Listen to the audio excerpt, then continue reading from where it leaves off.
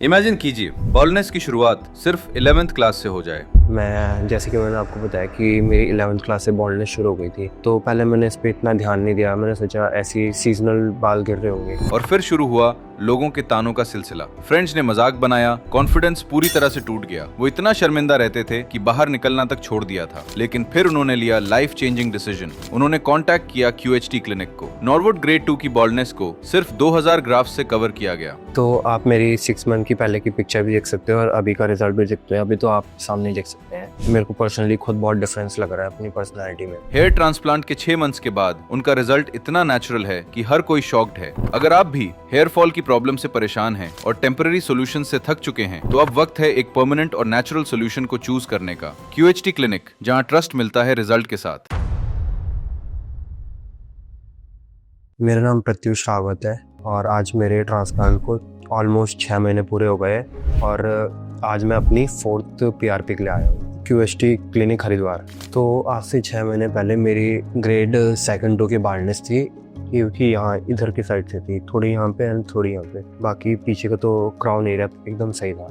तो मेरी baldness 11th class से शुरू हो गई थी। तो फिर मैं यही सोचता था कि ये कब सही होगा, कब सही होगा। तो पहले मैंने बहुत सारे ट्रीटमेंट यूज़ किए पर उनसे कुछ फ़र्क नहीं पड़ा। फिर मैंने बहुत डिस्कवर किया तो मेरे को QHT क्लिनिक के बारे में पता चला यहाँ पे। तो फिर मैं एक बार विजिट के लिए आया एंड देन डॉक्टर से कंसल्ट किया। तो डॉक्टर ने बोला कि आपको 2000 ग्राम समथिंग लगेंगे एंड डॉक्टर ने मुझे अच्छे से समझाया कि इसके बाद क्या क्या होगा, कैसे कैसे प्रोसेस होगा। तो मुझे भी अच्छा लगा यहाँ का सारा नेचर, डॉक्टर का बिहेवियर्स। तो फिर उसके बाद मैंने 20 जनवरी को अपनी हेयर ट्रांसप्लांट कराया एंड उसके बाद मेरा शेडिंग फेज थोड़ा शुरू हुआ 2-3 मंथ का, जिसमें मेरे बाल बहुत सारे गिरे। ये डॉक्टर ने मुझे पहले ही बता रखा था कि आपके थोड़े बाल गिरेंगे, जो हमारे वीक बाल होते हैं वो थोड़े टूटते हैं एंड देन उसके बाद हमारे न्यू बाल स्टार्ट होना शुरू हो जाते हैं। एंड मैंने रेगुलरली PRP ली। आज मेरी 4th PRP है, मैं 4th PRP के लिए आया हूँ और ये मेरे 6 मंथ की कंडीशन है।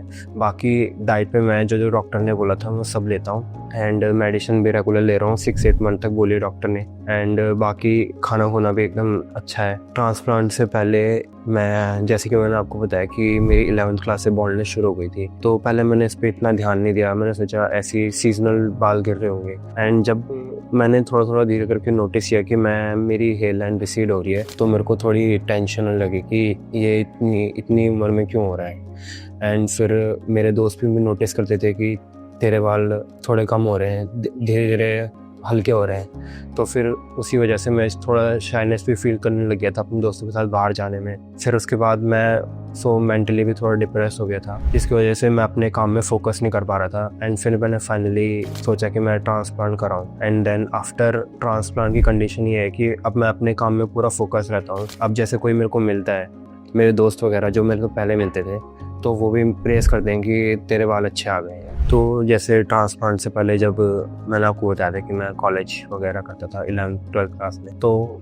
सुबह जब मैं उठता था तो फिर मेरे को ये ऐसा रहता था कि मेरे बाल थोड़े बॉल्डनेस आ रखे, तो इनको बार बार सेट करना पड़ेगा, अपने उसे देखना पड़ेगा 3-4 बार जाके बाथरूम में। तो पहले मेरे साथ ऐसा रहता था। बट जब से मैंने ट्रांसप्लांट कराया एंड शेडिंग फेज के बाद अब मेरा जब रिजल्ट आ रहा है 2-3 मंथ से, तो मेरे को इस बात की कोई टेंशन नहीं रहती कि मेरे बाल ख़राब दिख रहे हैं, ये बॉल्डनेस दिख रही है।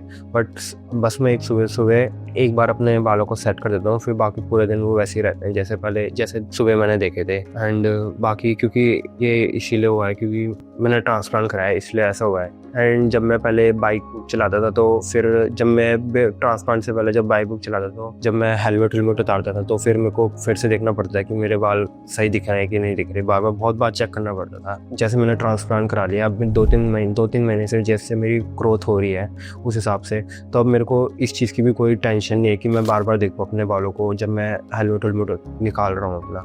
बस एक बार थोड़ा हाथ मार लेता हूँ, हाथ फेर लेता हूँ अपने बालों में, तो वो अपने आप सही हो जाते हैं, इससे कोई दिक्कत नहीं होती। जैसे बहुत लोग सोचते हैं कि ट्रांसप्लांट कराने से हमारे सर में बहुत दर्द रहेगा, सर्जरी नहीं करानी चाहिए, ऐसे वैसे सोचते हैं। बट ऐसा कुछ है नहीं, ये बहुत नॉर्मल प्रोसेस है। एक छोटी सी सर्जरी होती है, एक दिन में पूरी हो जाती है। आप ऐसे ही सोचते रहोगे तो फिर आपको बॉल्डनेस का सामना ही करना पड़ेगा और कुछ नहीं हो सकता। आप ऐसी फील करोगे, शाइनेस फील करोगे सबके सामने। एंड अगर आपको ट्रांसप्लांट कराना है तो आप QST क्लिनिक हरिद्वार या दिल्ली में से किसी में भी जा सकते हैं। आप यहाँ के डॉक्टर्स जो हैं बहुत अच्छे हैं, समझते हैं सबको, एंड आप कंसल्ट करने के लिए यहाँ कॉल भी कर सकते हैं। वो आपको सारे प्रोसीजर्स अच्छे से समझा देंगे, सारी चीज़ें बता देंगे, कैसे कैसे कब कब क्या प्रोसेस होगा।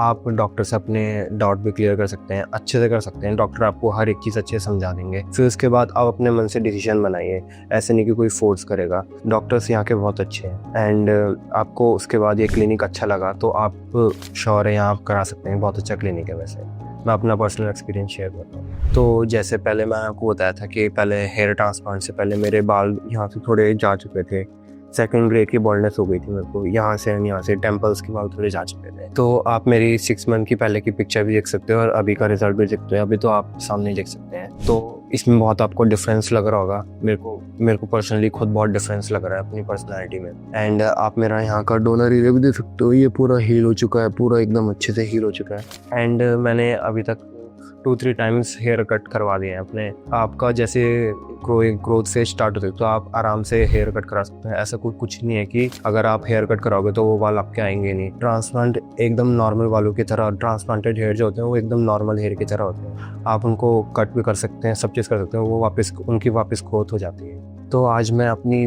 4th PRP के लिए आया था, तो मैंने अभी अपनी PRP करवा दी है। तो बहुत अच्छा एक्सपीरियंस था, एकदम स्मूथ एक्सपीरियंस था। पहले वो आपको थोड़ा सा ब्लड लेते हैं, तो वो सैंपल हमारा 10 to 15 मिनट्स में रेडी रहता है। एंड फिर उसके बाद थोड़ा टाइम 10 to 15 मिनट्स आपकी PRP में लगता है, जो कि बहुत आसान सा प्रोसेस होता है। कोई ज़्यादा पेन नहीं होता उसमें, बस थोड़ा सा पेन होता है। जो PRP हम इसलिए करवाते हैं ताकि जो हमारे हेयर्स हैं उनको अच्छी ग्रोथ मिल सके। जो हमारा ब्लड है उसमें से प्लाज्मा निकाल के, जो प्लाज्मा होता है उसमें हमारे ग्रोथ फैक्टर होते हैं, इसलिए हमारे बालों की ग्रोथ के लिए बहुत अच्छा माना जाता है। तो मेरा अभी तक 6 मंथ का रिजल्ट ही ये था। मेरे बाल अच्छे से ग्रोथ हो रहे हैं, मैं अपने बालों से पूरे सेटिस्फाई हूँ। तो ये मेरी 4th PRP थी। अब जैसे मैं अपनी PRP के लिए आता रहूँगा तो फिर मैं आपको और अपडेट्स देते रहूँगा अपनी हेयर ग्रोथ के बारे में।